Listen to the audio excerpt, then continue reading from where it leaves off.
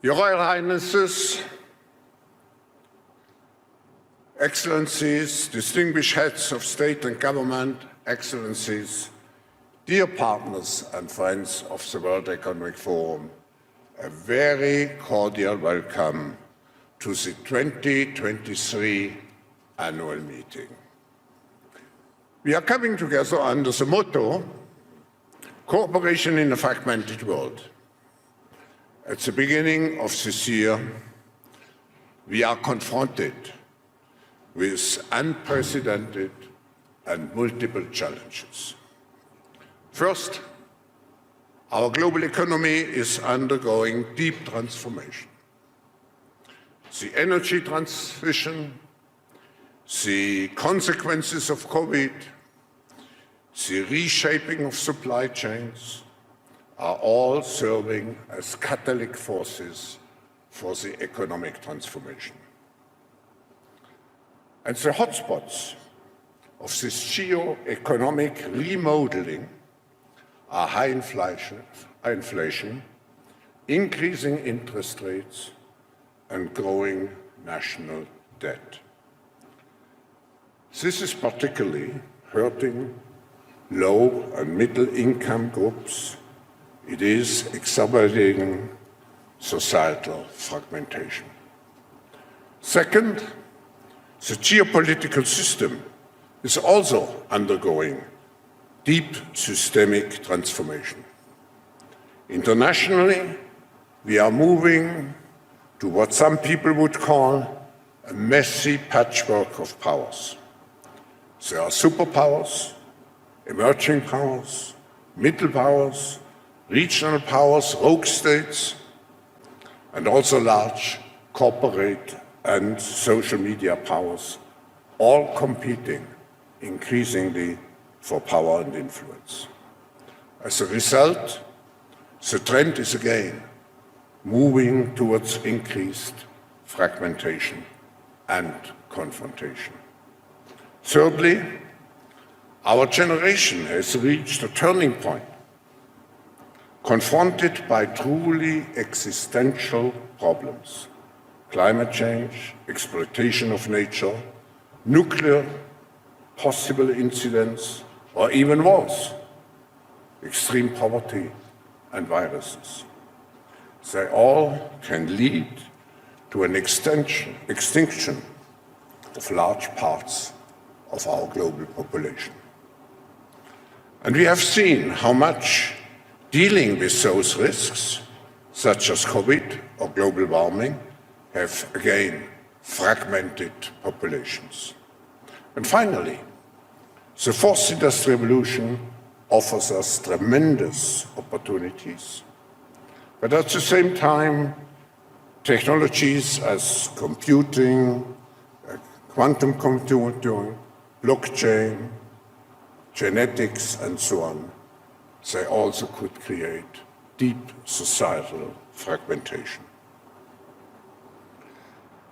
We have the ability to collaboratively build a more peaceful, resilient, inclusive, and sustainable world. But to do so, we need to overcome the most critical fragmentation. And the most critical fragmentation is between those who take a constructive attitude and those who are just bystanders, observers, and even go into the negative, critical, and confrontational attitude. But the spirit of Davos is positive, is constructive. It means investing into a greener and therefore more sustainable economy, investing into a more cohesive society by providing everyone with the appropriate skills and opportunities, investing into the hard and soft infrastructure that modern societies require.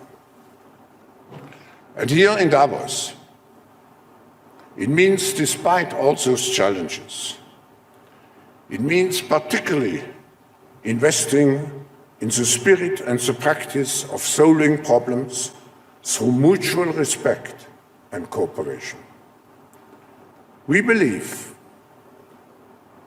that we can do it, that through collective responsibility, innovation, human goodwill, and ingenuity, we have the capacity to turn the challenges into opportunities. Ladies and gentlemen, I have now the great pleasure and honor to introduce Alain Berset, President of the Swiss Confederation and Federal Counselor for the Federal Department of Internal Affairs. The World Economic Forum has been based in Switzerland for 53 years, and it is over this period the cooperation between the Swiss federal government, the canton of Graubünden, and the municipality of Davos the partnership has been truly exceptional. I would like to express, Mr. President, and all our Swiss hosts, our sincere gratitude for their hospitality and support all over those years. Ladies and gentlemen, please give a warm welcome to the Confederation, to the President of the Swiss Confederation, Alain Berset.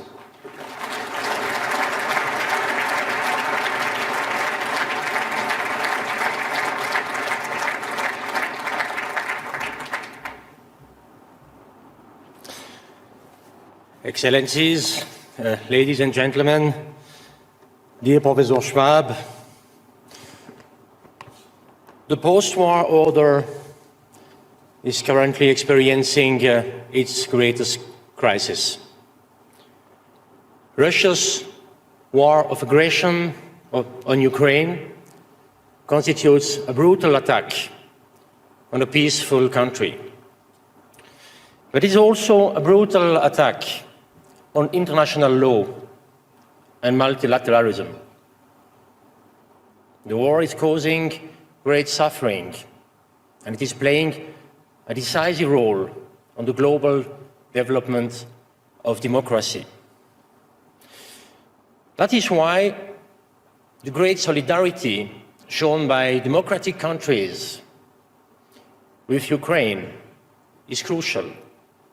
Solidarity with the people in the country, but also with those who have fled. And this aggression has come of all countries, from a member of the UN Security Council, which, and I quote from the UN Charter, bears primary responsibility for the maintenance of international peace and security. And in spite of this, or no, precisely because of this, Switzerland will make every effort to again strengthen international law and multilateralism. In the UN Security Council for the first time this year, and through international Geneva, the seat of one of the most important multilateral platforms. Ladies and gentlemen, excellencies, the world needs strong multilateral platforms because the greatest present-day challenges are transnational: climate change, pandemic, war, migration, proliferation. And this annual meeting is also an important platform for global dialogue. It is a place of optimism, of can-do spirit, and this is especially so in times of crisis. When I first attended the annual meeting back in 2012, the motto was the great transformation shaping new models. And it was a call to look to the future with optimism and to have confidence in the strength of our shared values and vision. But even at the time, WEF founder Klaus Schwab warned that inclusion is critical at a time when the number one risk to the world is rising inequality. And this warning has proven to be as accurate as it was far-sighted. For since then, inequality worldwide has continued to grow. The World Inequality Report 2022, which measures global wealth, income, gender, and ecological inequality, comes to the conclusion that inequality today is as great as it was 20 years ago. And all the fears expressed at the 2012 annual meeting have come true. Inequality brings with it huge political and social collateral damage. And what we call populism is essentially a reaction to growing inequality. We all know that extreme inequality undermines social cohesion. It creates resentment, causing us to seek scapegoats. And it is politically toxic, eating away at our faith in democracy. The number of democracies worldwide has diminished very much. According to Freedom House, around 50% of the world's population lived in democracies 10 years ago. And today, that figure is just 20%. And we find ourselves at a tipping point. Democratic institutions are being weakened. In certain places, the rule of law is under threat, even in some democratically constituted states. And the rule of law is also at risk of eroding in the international system.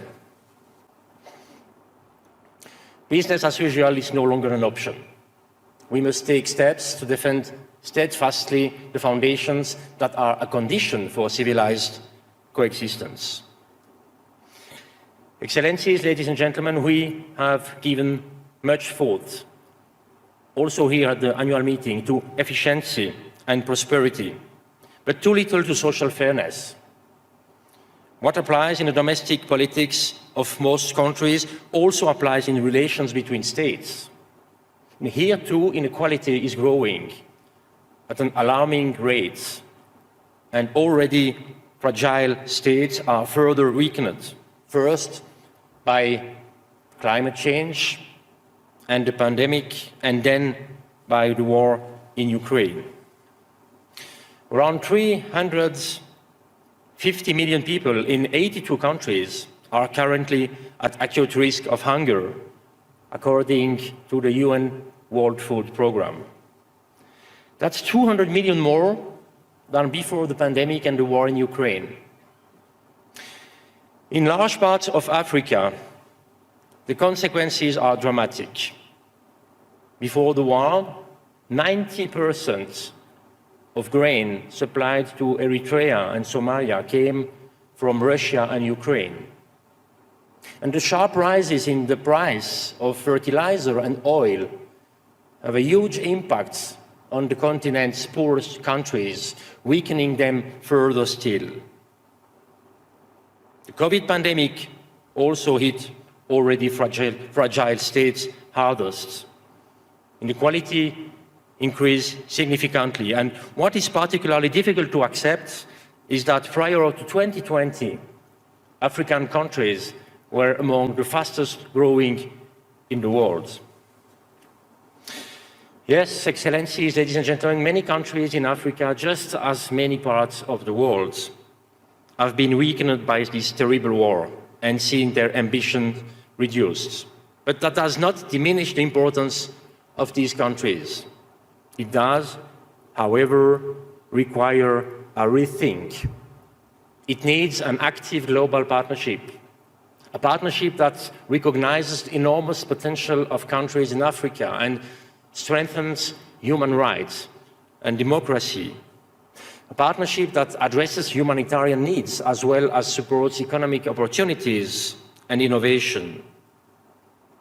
Inequalities are not eliminated by charity. Take the example of COVID-19 vaccines. Promises were made to help fragile countries. Switzerland, too, lent its financial and political support to the COVAX initiative of the World Health Organization, which wanted to achieve equitable access to vaccines worldwide. But when it came to distributing vaccines, there was little evidence of that kind of partnership. In light of the pandemic and the war in Ukraine, we have seen that the risk of fragility is no longer a one-way street. The problems experienced by fragile states do not remain within their own borders. They are always exported to neighboring countries, but also to far-flung regions in the form of migration, corruption, terrorism. And we must do all we can to support fragile states, otherwise they risk becoming failed states.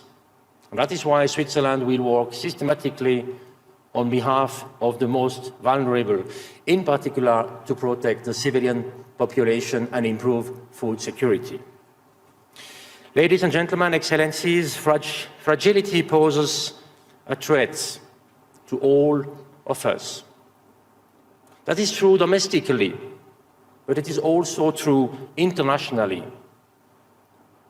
Self-interests and supporting those weaker than ourselves. We have long considered these to be two different things, but now we know they are one and they are the same. Thank you very much.